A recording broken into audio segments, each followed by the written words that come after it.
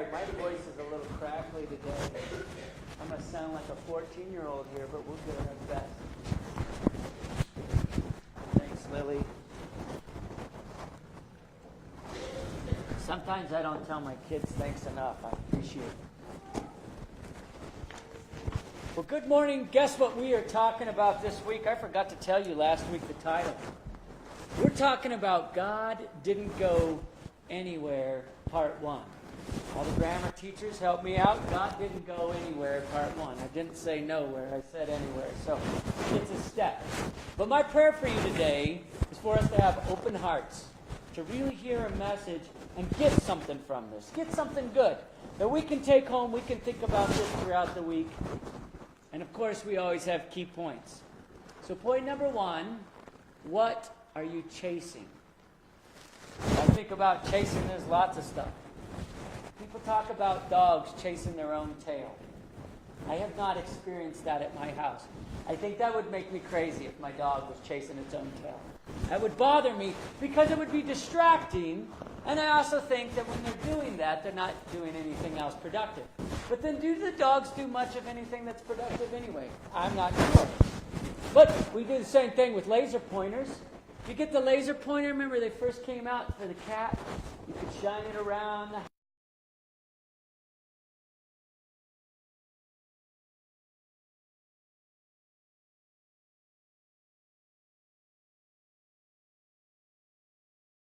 It on the wall, moving it here, jump rope, everything. The kids love it. So you can use some things for the animals, but the point is, what are you chasing? The kids. At the end of the day, that's a great activity. Definitely keeps the kids entertained. But are they chasing something productive?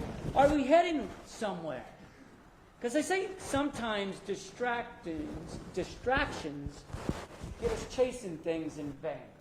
Have you ever done something and you're like, I just wasted an hour of my life I will never get back on something that I did not need to do? And we do that on cars all the time when we're trying to fix something. We're like, I didn't need to fix this in the first place. This should have never happened. It frustrates us. But I want to talk about a prophet in 1 Kings chapter 13. If any of you know this prophet's name, shout it out. Because they always just refer to him as the prophet. So we don't know the guy's name. But what they were doing at this point was Jeroboam was working on having a sacrifice. And they were getting everything ready on the altar. And the king's there and they're overseeing it. And there's rules. There's a system in place. We have order. We have a way of doing things. And so everything's getting ready to go. And this prophet shows up. And he's like, hey guys, listen up. I have something to tell you. And this is going to be great. See, you need to do things different. And if we don't do things different, the altar's going to break. This is all the stuff that's going to happen. And he's like, it's going to split in half. Well, these guys looked at him and were like, well, this guy's nuts. The king's like, get him out of here. We're not putting up with that. You ever remember watching the TV shows? What was it, Alice in Wonderland or something? The queen's always yelling, off with his head, off with his head. Everybody, off with his head. Not putting up with anything, off with his head. Can you imagine at this time, the king's sitting there saying, whoa, whoa, whoa. You don't walk into our area. Tell us what we have is wrong. Tell us that the altar is going to split in half. And just think you can just walk right out of it. We don't do that. We have rules. Why do I think about this? This is something for us to get in as we're thinking about what we're chasing.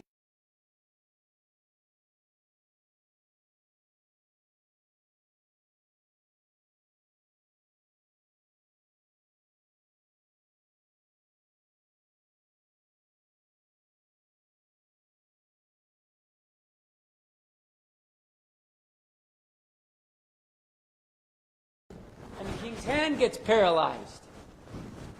Okay? Messing with him a little bit. He's like, whoa, okay, this is a little bit weird. I'm not sure that I like it. And then the altar breaks.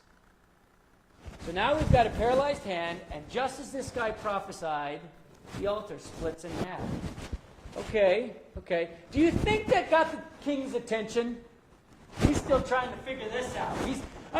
If it was me, I don't know that I'd be looking at the altar any longer. I'd be like, this isn't good. Okay. Come on, guys. You wake up in the middle of the night and your arm's not working, you're biting your fingers. Wait a second. Am I okay? Trying to figure it out? Or you start to walk and your leg doesn't work, and you stumble, run into something, and say, these things happen.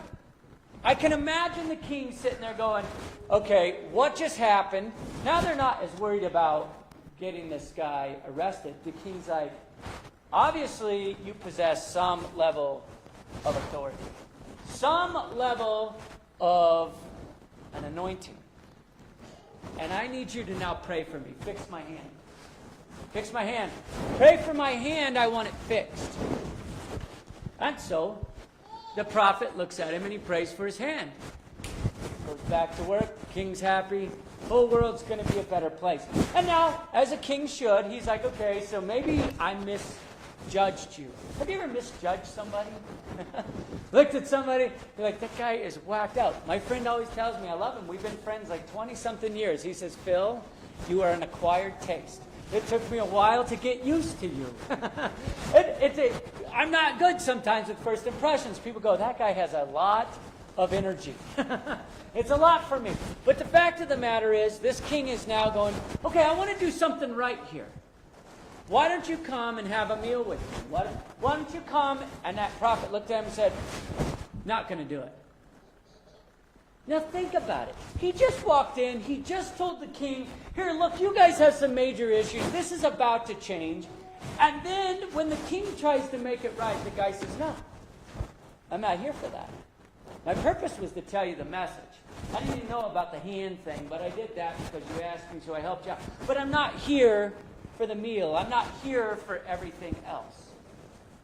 I can't do that. That's not what God asked me to do. That goes to the what are you chasing?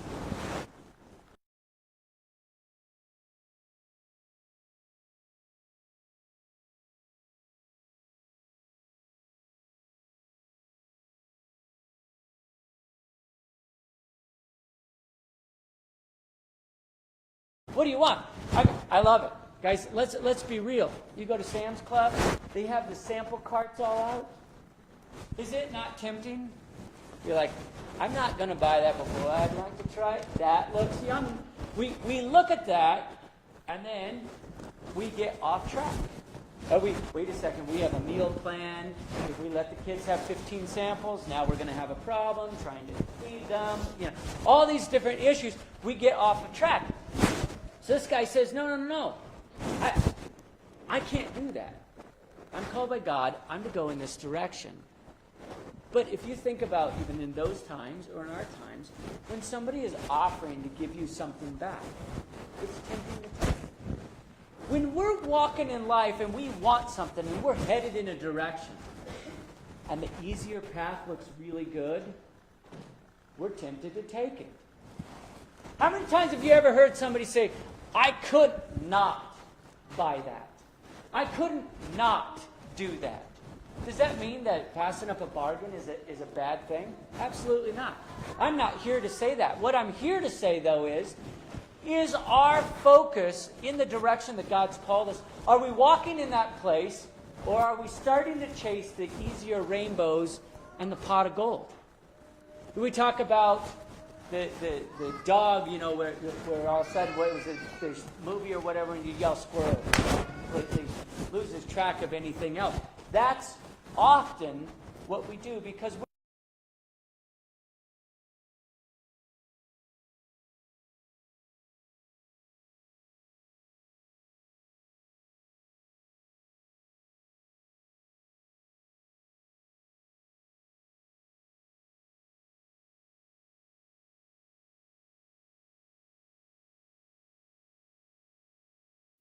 to see how far away I was.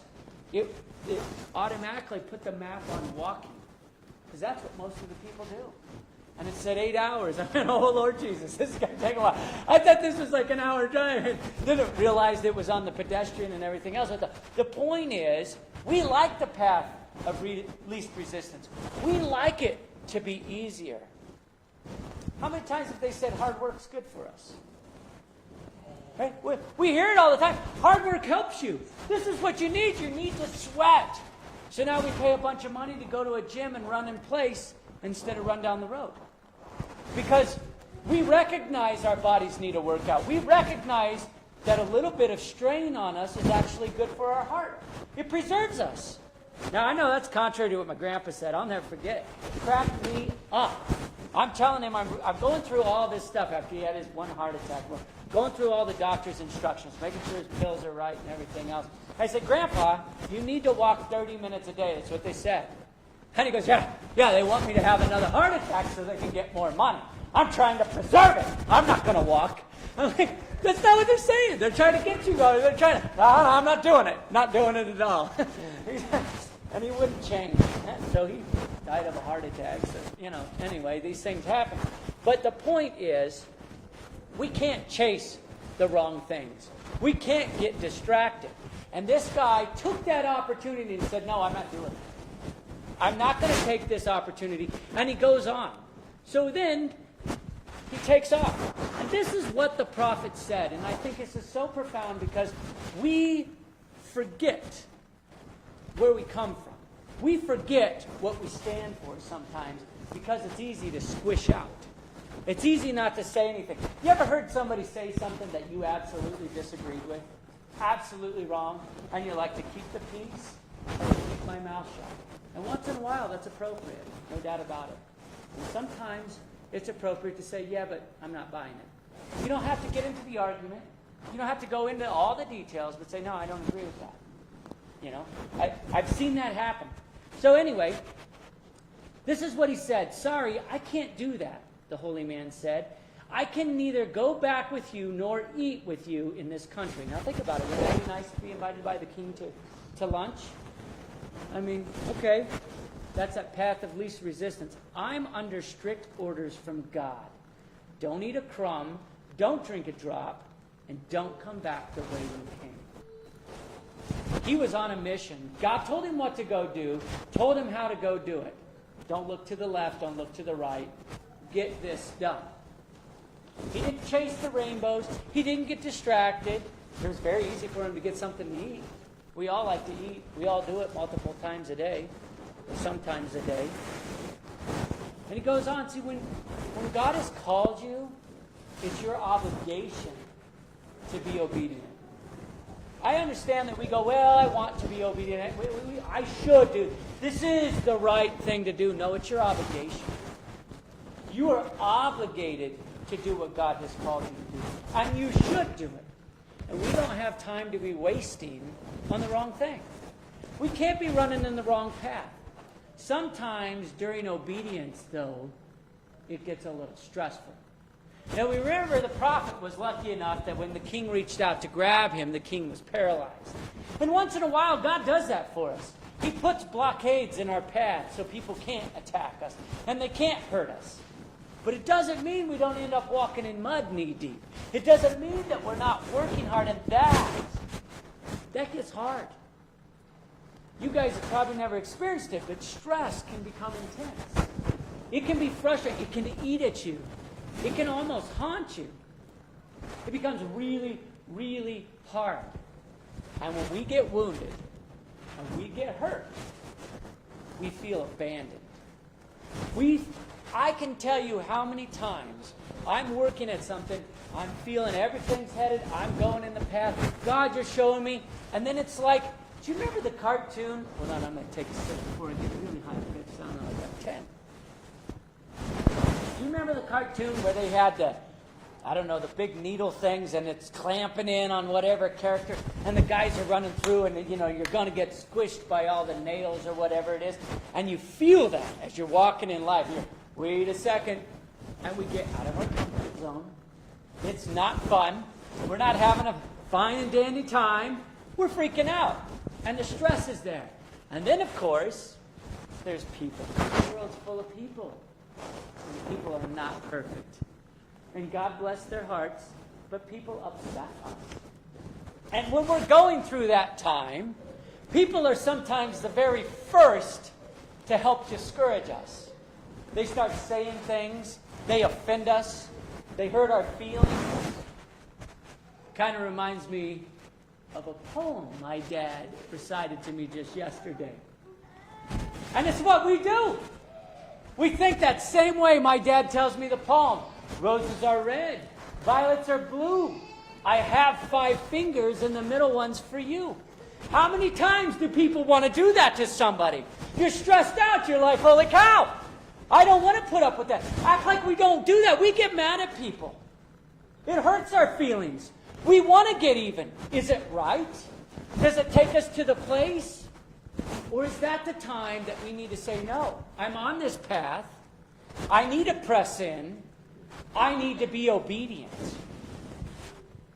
And that's when it's hard. But guess what? That brings us to point number 2. It's okay to be held. It's okay to let Jesus hold you. You know, sometimes when we're frustrated, when we're stressed, how many of us like to be hugged when we're stressed out? When you're concentrating and somebody wants to come up and hug you? I see my kids stressed out, I try and give them hugs. They're not open to it. Like, But you see them hurting. You see them trying to do their schoolwork and they're getting frustrated, little tears in their eyes, and you want to hug them. And they repel it. I don't want it. Yet we need comfort so much. We've said it many times. The studies with the chimpanzees, where they had a chimpanzee, they fed less food, but it had a comfortable little snuggly fur thing to cuddle up in, and it chose to have less food to sleep there than to have all the food it wanted and lay on a wire cage. We're the same way. We want comfort. We need comfort. But for some reason, there's a barrier sometimes that keeps us from letting Christ comfort us. When you're really broken, have you ever sat down, just put on some praise and worship music, or the old hymns if you don't want the more modern stuff, and just listen and sing? Where does that take you? Is that a level of comfort? How many times when you're just stressed out, do you just sit there and pray? Don't know what to pray about. Don't have any agenda. Just sit there and pray and talk to God and let Him hold you, comfort you. It's hard sometimes. In fact, at the times that we get the most stressed or the most frustrated with things, those are the times I say, you know what? This is the time we need to step into prayer. When you feel that angst inside your heart, that anxiety, you're like, oh, I got to take care of this, I need to do that, the butterflies in your stomach, those will take that moment. You know what? Maybe it's time to play a song. Maybe we sing. Maybe we worship. Maybe we pray. Those are opportunities that Christ puts His hands down to us and holds us. I remember one time I was going through such a hard time. I would lay in bed and I would just pray, Jesus, will you just hold me? This is so hard. And I felt a warmth just holding me as I fell asleep. Like I was a 3-year-old little kid. Our kids love it. Kids are stressed out. Kids are going through things. You know, when Lily was little, she just wanted to put her hand on my arm. She would just sit there and fall asleep. Just wanted to touch me. We need that. As adults, we're lying to ourselves if we don't act like we need comfort and care. As a kid, we were tough. We didn't need Band-Aids. We didn't need this and that. Now I'm an adult. I'll use a Band-Aid once in a while. There's no shame in it. Once you have a blister, it's better to not keep ripping the thing. We get to a place where we realize it's okay to have comfort. But you know, I wanted to share a story with you about a man who was going on a journey. He thought he was on the path. Okay, God's called me to go help my friend. Have you ever felt like you were called to do something? And then as soon as he goes out the door, and he's going to do this hike to his friend's place in the mountains. It's like 4 miles or something. And in the mountains, 4 miles is like 100, you know. That's a long distance. So he's, okay, we're going to go on this hike. We're going to take on the journey. This is what we have to do. This is how it goes. He's plugging, and first thing happens, he ends up, here we go. Now the place where he always crossed is all messed up, and now he's going to have to go up and around and jump over the creek. Okay, no big deal. He's plugging along, minding his own bit. Okay, there's a bear. He sees a bear. Now, some of you make yourself bigger. But this individual chose to go around and not bother the bear, continue on. And now it's snowing, the wind's blowing, it's cold, he's miserable, and he's sitting there. What am I doing? Is this God's will? I thought I was shown to go help my friend. And every turn I take is another battle. And I feel like I'm beating my head against the wall.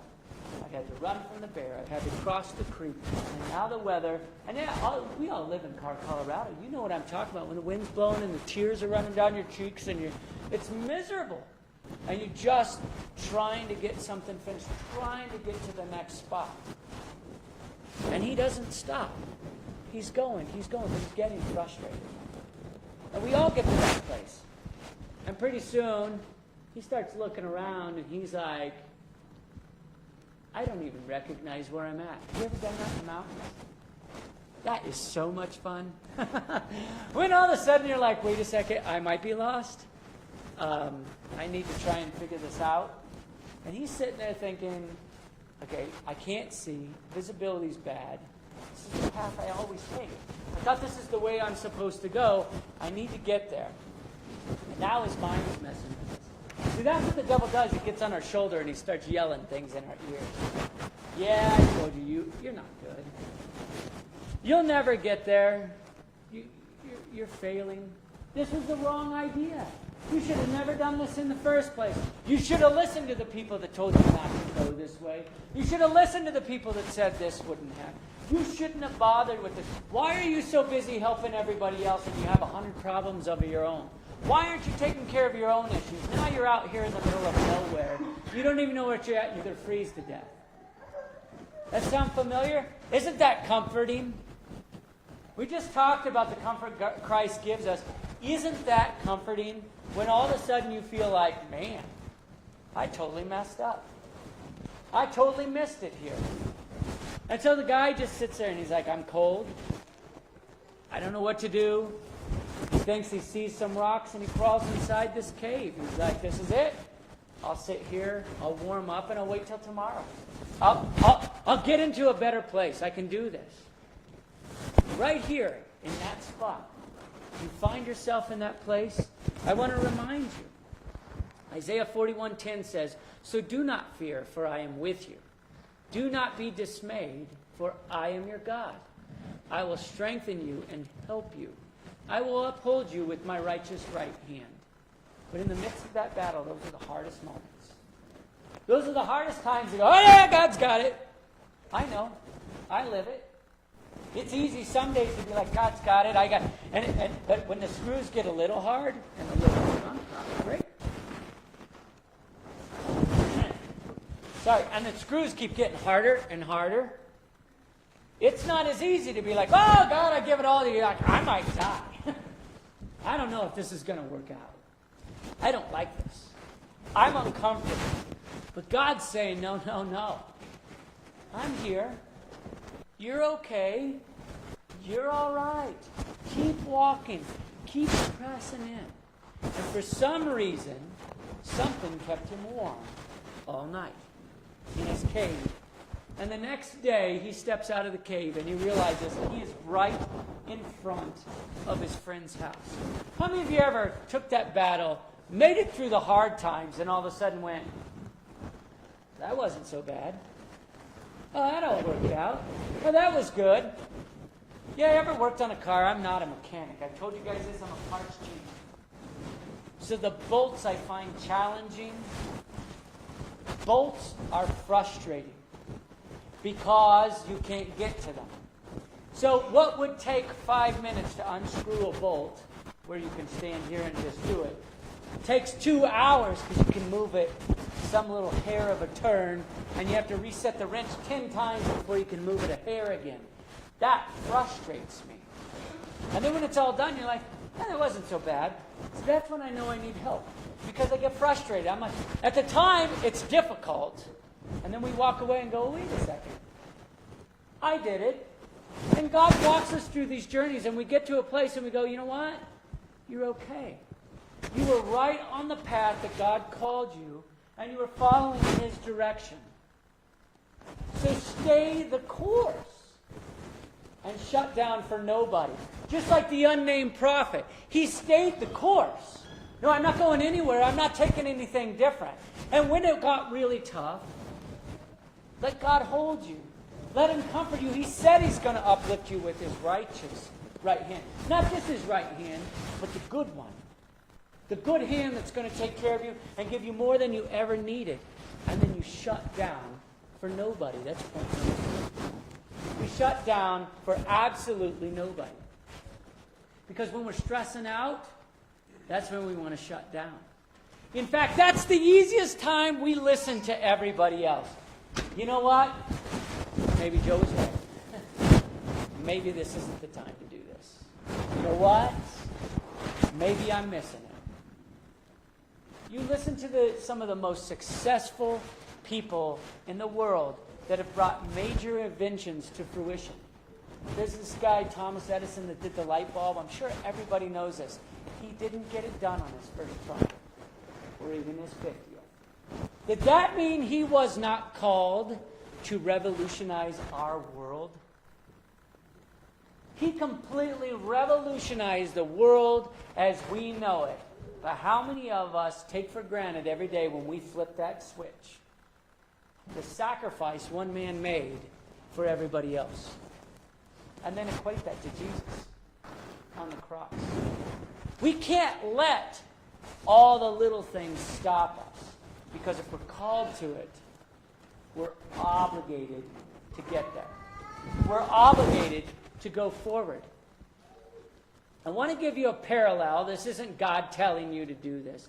But I want us to understand that in our world, there are spirits all around us. The Bible talks about in Ephesians chapter 6 that we wrestle not with flesh and blood, but with rulers of darkness, principalities, spirits that are always trying to affect us. And bad things do happen. And bad things do happen around us. And it becomes very difficult. And every day we walk a battle. And it's a spiritual battle. We're not talking about wars and all these different wars in the Bible. We're talking about a war in the unseen. A war that we don't realize. A war where the devil's trying to take our kids. A war where the devil's trying to take our marriage. A war where the devil's trying to take our souls. You don't need to go to church. You don't get anything out of it. You don't need to go see those people. All they ever do is want to pray. You don't need to help him. He's a jerk anyway. All of these spiritual battles is we're trying to go, I'm called in this direction. Come at us, and come at us, and come at us. And what do? Stay the course. Don't shut down for nobody. Joel 3:9 says, proclaim this among the nations. Prepare for war. Are we doing that? Are we bunkering down, or are we preparing for war? You know, when we have hard times happening, we had a blizzard recently. All of you are aware. I didn't experience it because I was in Africa, but a phone call away. As my baby doll tells me, these are the things I need to get done. She didn't hunker down. Prepare for war. I'm taking care of this. I got that. I need to make sure the power went out on the well. What do? Took care of it. Hunker down. Hunker down. We prepare for war. We prepare for battles. Every day is a challenge. Every day is a battle. But we don't just back off. I'm not, no. Let God hold you. But keep pressing. Don't get distracted. Don't chase the wrong rainbow. Don't get off on the bunny trail. I feel like I'm called to pray. And never pray because it's too difficult. Instead, let's go out to eat. Let's do this. These types of things are distractions. We have to fight the cancer. Fight family strife. Fight the finances. Fight the curses. We have to fight the devil. It's every day. You get up and all of a sudden the day's going good. You crack your head on the cupboard. That can can change your day the rest of the day if you let it. We try to get to work and now some wacko on the road. That can change your day if you let it. Maybe our spouse says something to us that doesn't quite land right. That can change your day. We can all of a sudden let those spirits start influencing our day. Or we can fight. We can commit to righteousness. We can commit to the good things. Doing good for others. Blessing people as you go along. Isn't that neat? Isn't that something that we can do? Totally have the power to do it. Sometimes we're willing to do it. Sometimes we're not. But I want to have the testimony that Job had. Not with everything going wrong, okay? Job had some messed up stuff happen to him. I totally get it. Can you imagine for a minute, though? Your family all gets together. They're killed in a tornado. You have all of these animals in the field, and the cattle rustlers are coming and stealing all of your livestock. That's stressful. Nobody likes that. People that raise livestock, when they die, you don't like it. You don't like it when somebody steals them either. Can you imagine, though, losing all of your animals, losing all of your family, and then you get sick? It's like the icing on the cake. It's hard. And Job was on a path of righteousness. He was on a path that God called him to be on.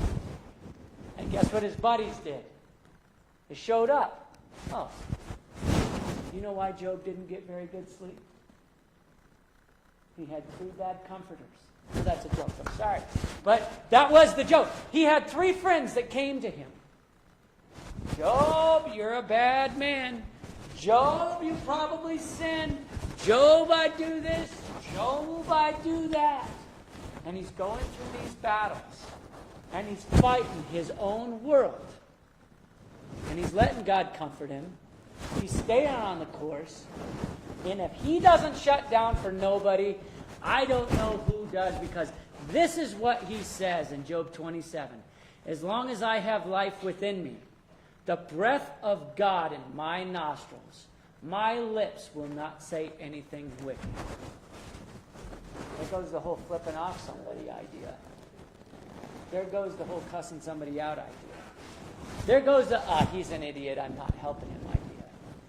There's the, I don't feel like that. Instead, he says, and my tongue will not utter lies. In essence, he's saying, no matter what, I'm shutting down for nobody. My God will deliver me. My God will take care of me. And my God is bigger than this. I have to tell you, imagining all of that trouble. I can't even imagine losing all of my family. All my kids, my wife. I can't imagine enduring that. And then losing my entire livelihood and living under a bridge. And then being sick on top of it. I can't imagine that. That would be pretty tough. And in the midst of all that, that man doesn't lose his testimony, doesn't miss a beat. He says, no, God's got this. And I encourage every one of us to see that breath inside of ourselves. As long as God's given me breath in my nostrils, I'm going to keep fighting. Every day, I'm going to keep stomping. I'm going to keep grappling. I'm not shutting down. We need to walk in the ways of Christ. Even if it's harder. Even if it's not the path of least resistance. Follow his direction. Nobody else's. Not chasing the wrong thing. Not chasing somebody else's dream. Oh, that's a good idea. I think I'll do that too. Or the direction he gave you. The direction he put. Stay on the right path. But let him hold you when you're scared. He wants to hold you. As a parent, everybody in here, when your kid hurts, you really be like, yeah, suck it up and move on. No, we want to hold them. We want to embrace them. We want to be there. Why wouldn't God do that for us? We're made in his image. You bet he wants to hold you. Are you going to let him? Are you going to let him comfort you? and shut down. Shut down for nobody. Even when you're scared. Because I'm going to tell you, God is not going anywhere.